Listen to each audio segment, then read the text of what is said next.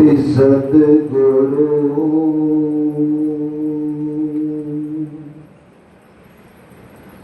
मिलवे सर्वाधार,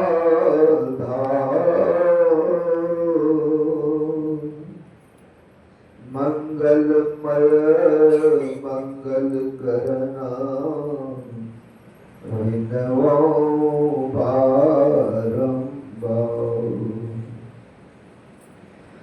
ज्ञान उदधरो ज्ञान घना, सद्गुरु शंकर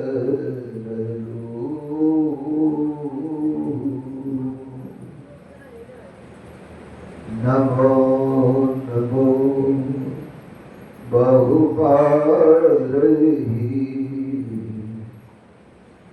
सकल सुपूजन भो।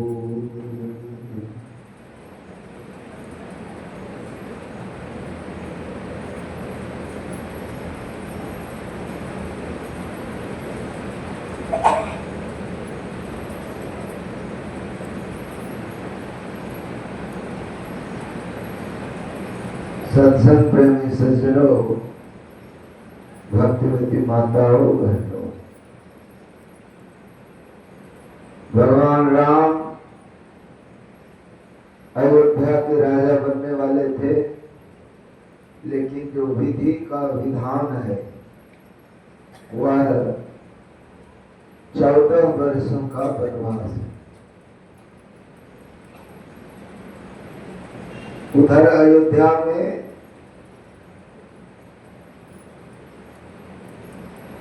राजा दशरथ का लाश पड़ा हुआ है। भरत जी ननिहाल में,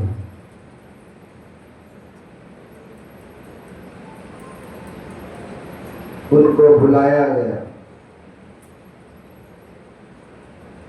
जैसे वे आते हैं दरबार में तो उनका सामना सबसे पहले ब्रह्मा पुत्र वशिष्ठ मुनि से हुआ और वशिष्ठ मुनि ने कहा, सुनहु भरत भावी प्रबल, विलख कहु मुनिनाथ, हान लाभ जीवन मरण जस अवजस विधि हाथ। हे भरत सुनो, बहुत विलख करके मुनिनाथ कह रहे, आज राजा नहीं रहे, स्वर्ग सिधार गए। और हालत कैसी थी दशरथ? राम राम हा राम कही, राव गयो सुरधाम।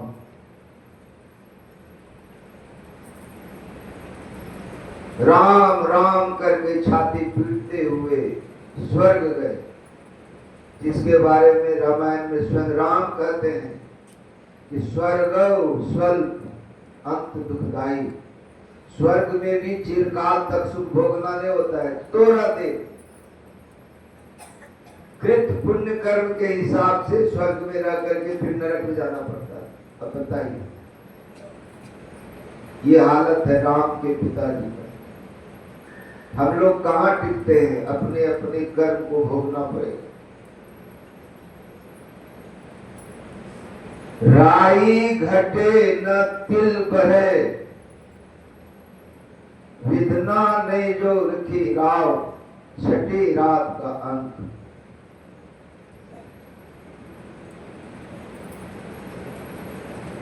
सुनहु जीव रहु निःशंक। हे जीव, इस बात को सुनो कि अभी जो जन्म हुआ है इसमें क्या क्या भोग भोगना पड़ेगा, ये विधि के लिखे हुए हिसाब होगा। विधि मतलब ब्रह्मा। ब्रह्मा सृष्टि करता है, विष्णु पालन करता है और शिव संहार करता है। तो लक्ष्मण जी यही बात को कह रहे हैं। इधर ये तीनों निकले अयोध्या से, उधर दशरथ की लाश पड़ी है, भरत की ननिहाल में है, विलाप हो रहा। कल बधाई बटने वाली, राम राजा बनेंगे। दशरथ बहुत खुश थे और आज वहां पर मातम छा गया है अयोध्या में। कैसी विडंबना है सृष्टि में। इसी मृत्यु लोक में हम लोग आ पड़े। यहां से छुटकारा चाहिए। यहां आने जाने में भी दुख है, रहने में भी दुख है, सभी कोई जान रहे इस बात। इससे मुक्ति चाहिए, निजात चाहिए और इसका उपाय गुरु महाराज की दया से हम सबों को प्राप्त हो गया। देरी नहीं करना है और बात में देर हो जाए तो हो जाए, इस बात की देरी नहीं होनी चाहिए। और सबसे बड़ा उदाहरण, दो घटनाएं अपने जीवन में जो पहले देखा मैंने। 8 जून 1986 को, उस समय में भागलपुर में ही रहता था, कुप्पा घाट में, और गुरु महाराज का शरीर छूटा। देखा सामने। और जब चिता पर अग्नि दी गई और बाद में हम लोग गंगा जी से मिट्टी के घड़ा में ढो ढो करके पानी लाते थे सारा बुझाने। उस समय लगा कि हाँ, बहुतों को देखा था जलते हुए, लेकिन वो नहीं मेरा गया जो गुरु महाराज को थे। और ब्रह्मलीन पूज्य बाबा का इलाज करा के जब दिल्ली से आए पटना हवाई जहाज से, और वहां जब बाबा बोले कि आप की देखे जो आप नहीं चले, तो बस यही बोले वो कुछ देर नौकरी करके चले जो आश्रम। ये तो हालांकि बाद में संजय युवा का शरीर छूटा, साई युवा का शरीर छूटा, दलबहादुर युवा का शरीर छूटा, सबके कार्यक्रम में भागी थी, लेकिन ये दोनों में हिल गए, प्रत्यक्ष देखा। माँ पिताजी वाले में उतना नहीं हुआ। क्यों? आज ही के दिन बाबा शरीर छोड़े और प्रारब्ध के हिसाब से हॉस्पिटल में शरीर छोड़े। प्रारब्ध राई घटे न तिल भरे। महापुरुष चाहे काल की गति जिनके आशीर्वाद से बाधित होता है, वो काल को क्या समझे, लेकिन हाँ, जितने कर्म भरे हुए हैं उन कर्मों को वे भोग लेते, और जो बचा हुआ है संचित सबको जला के खाक कर देते हैं, फिर उनको आना नहीं। यही बुद्धिमानी का काम। राम लक्ष्मण और सीता अयोध्या से निकल गए। बहुत दूर तक सुमंत आए, लेकिन समझा के भेज दिया कि जाओ।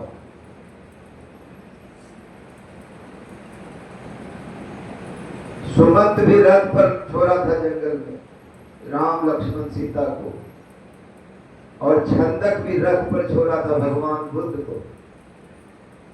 स्थिति अलग थी। कपिलवस्तु में उस समय खुशियां मनाई जा रही थी। भगवान बुद्ध को पुत्र रत्न की प्राप्ति हुई थी, राहुल का जन्म हुआ। खुशी का माहौल था। उस खुशी के माहौल में अर्धरात्रि को छंदक को बुलाया गया और युवराज ने कहा कि रथ निकालो। एक पंक्ति बोला वो कि महाराज अर्धरात्रि को रथ निकालना। कहा कि राज्यादेश है, रथ निकालो। फिर छंदक कुछ बोल नहीं सका।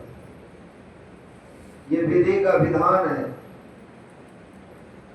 जैसे ये तीनों निकले अयोध्या से, तो चलते चलते रात्रि हो गई। प्रथम रात्रि तमसा नदी के किनारे बिताए। दूसरे दिन चले, दूसरी रात्रि गंगा जी के किनारे श्रृंगवीरपुर में, जहां का राजा को निषाद, वहीं विश्राम कर रहे। पत्तों की सैया पर सोए हुए कौन? जो राजभवन में सोते थे। दूध जैसे फेद मुलायम ऐसे बिछावन पर शयन करने वाले सुकुमारी सीता, जिन्होंने ब्रह्मा जी को कह दिया था कि मैं मां के पेट से जन्म नहीं लेने वाली हूं, कोई दुख नहीं भोगने वाली हूं।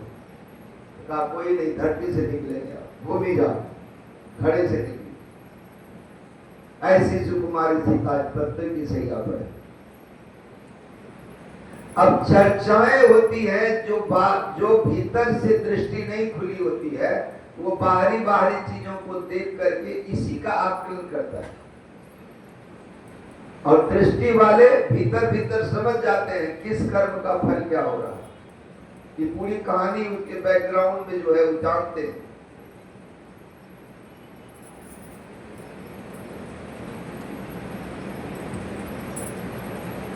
वो निषाद करते हैं माता कैकेयी ने वरदान मांग के अच्छा नहीं किया, 14 वर्षों तक ये वन में रहेंगे। इस बात को लक्ष्मण ने काट दिया और कहा कि भाई सुनो, काहो न को दुख सुख कर दाता, निज कृत कर्म भोग सुनु भ्राता। है भाई सुनो, सभी अपने निज कृत कर्म को भोग रहे हैं। इसीलिए प्रारब्ध को पहले रचा, पीछे रचा शरीर। प्रारब्ध की रचना हो गई और उसी हिसाब से आपके मित्र शत्रु दुख सुख स्थान समय सब कुछ निर्धारित हो गया। इस शरीर के लिए अब इस बात से आप छुट्टी ले लीजिए कि क्या होने वाला, हाँ आगे क्या होगा। चूंकि आप मनुष्य का शरीर पहने हुए, मनुष्य का शरीर पहनकर आप अपने भविष्य निर्माता हो सकते हैं। बाकी 84 लाख योनि में कोई शरीर नहीं है जिसमें आप कर्म करने की स्वतंत्रता प्राप्त कर सकें। कर्म करने की स्वतंत्रता इसी शरीर में। इसीलिए आप जो करना चाहते हैं करें, क्योंकि इस शरीर में स्वर्ग नरक अपवर्ग निशैनी, स्वर्ग जाने की निशैनी माने सीढ़ी, स्वर्ग जाने की सीढ़ी यहाँ पर है, नरक जाने की भी सीढ़ी है यहाँ, और अपवर्ग यानी मोक्ष के ओर जाने की भी सीढ़ी। आप कहेंगे नरक जाने के लिए कौन ऊंचाई चाहिए? सीढ़ी चाहिए। आजकल बेसमेंट में घर बनाते हैं, अंडरग्राउंड नहीं, उसमें भी तो सीढ़ी से ही उतरते हैं कि नहीं? नीचे जाना है तो वो भी सीढ़ी से उतरना है। ये तीनों सीढ़ी आपको किस सीढ़ी पर जाना है उस हिसाब से कर्म करना पड़ेगा। हाँ, अब कर्म करने के लिए आप स्वतंत्र हैं, लेकिन एक बार कर्म कर चुके उसके फल भोगने के लिए तैयार रहिए। अवश्यमेव भोक्तव्यम कृतम कर्म शुभाशुभम, शुभ अशुभ कर्म करने भर के लिए आप स्वतंत्र हैं, कर लिए, अब उसका फल भोगने के लिए तैयार रहिए। अवश्यमेव भोक्तव्यम, गीता की पंक्ति, अवश्य भोगना पड़ेगा। कृतम कर्म, किए हुए कर्म, शुभम और शुभम दोनों भोगना पड़ेगा। अब यहां पर कहते हैं लक्ष्मण जी को, निषाद को, कि भाई देखो, योग वियोग, मिलना बिछुड़ना, भला मध्यम बुरा, स्वर्ग नरक, जहां लगे कर्म और काल है, जंजाल है। स्वर्ग नरक तक की बात मैं करता हूं। ये सभी जो है ये मोह के मूल बंधन है। यह मोह है, असली नहीं है। और हम लोग क्या कर रहे हैं? मोह निशा सब सोवनिहारा, देखिए सपन अनेक प्रकार। ये अभी हम लोग जो अनुभव कर रहे हैं ये सपने की हालत है। दो सपना है। एक सपना अब जो हम लोग सोते हैं रात्रि में, दिन में सोते हुए जो देखते हैं स्वप्न, वो तो स्वप्न होता ही है।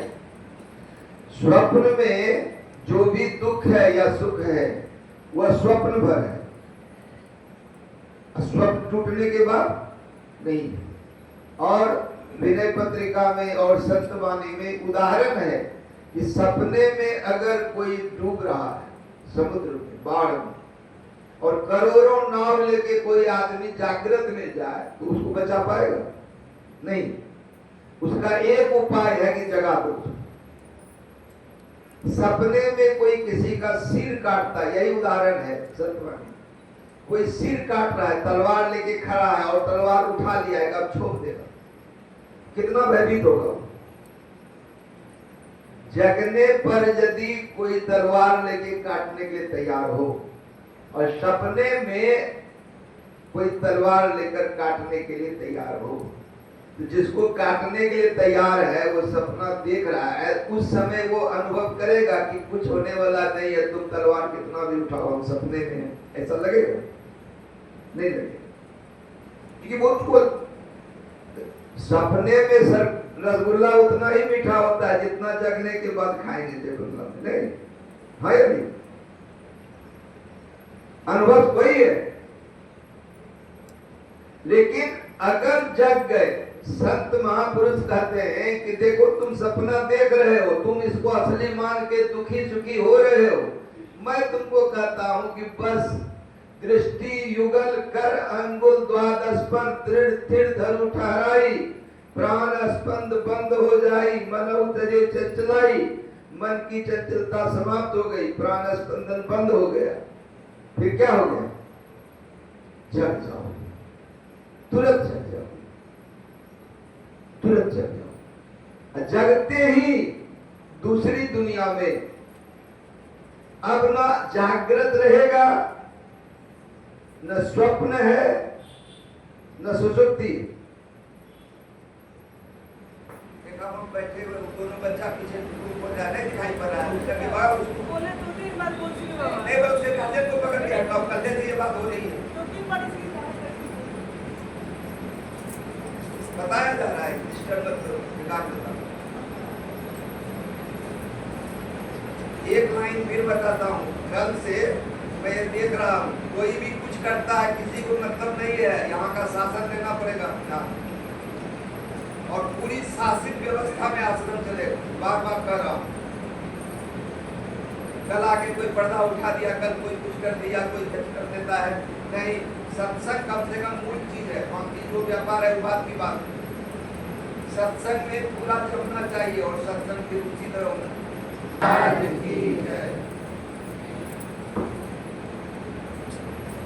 सपने हो भिखारी नृप रंग नागपति हो, जागे लाभ न हानि किछु त्रिप्रपंच जिय जो। सपने का ये संसार है, इसको भोगते हुए असली संसार में प्रवेश करता है।